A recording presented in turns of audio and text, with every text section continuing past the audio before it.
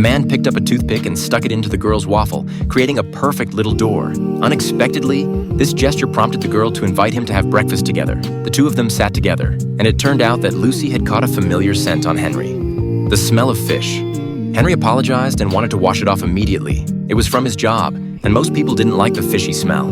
Coincidentally, Lucy was part of the small minority who did, because her father and brother were both fishermen. The presence of this scent meant that her family had returned home safely. Lucy had a fondness for fish, and Henry happened to be an aquarium keeper. The two of them hit it off exceptionally well, chatting until noon before reluctantly leaving the restaurant. Lucy had to hurry back because it was her father's birthday, and the family was going to the suburbs to pick pineapples. Before parting, Lucy invited Henry to have breakfast together again tomorrow. Henry agreed without a second thought. Finally, Lucy didn't forget to smell his hand before leaving. Henry hadn't felt this happy in a long time, and the same went for Lucy, who couldn't help but dance with joy. Unexpectedly, a truck in the middle started up, and she realized that Henry, on the other side, was also dancing. They made eye contact, feeling awkward yet sweet. However, that night, Henry went to a bar for a date. His date was very proactive, but for some reason, Lucy was the only one on his mind. Still, the other person was unwilling to give up. So Henry used his colleague as a shield, suggesting they would make an excellent companion for the night. Then, he resolutely got up and left. Unfortunately, the next day, the weather was uncooperative. With such heavy rain, there were hardly any customers in the store.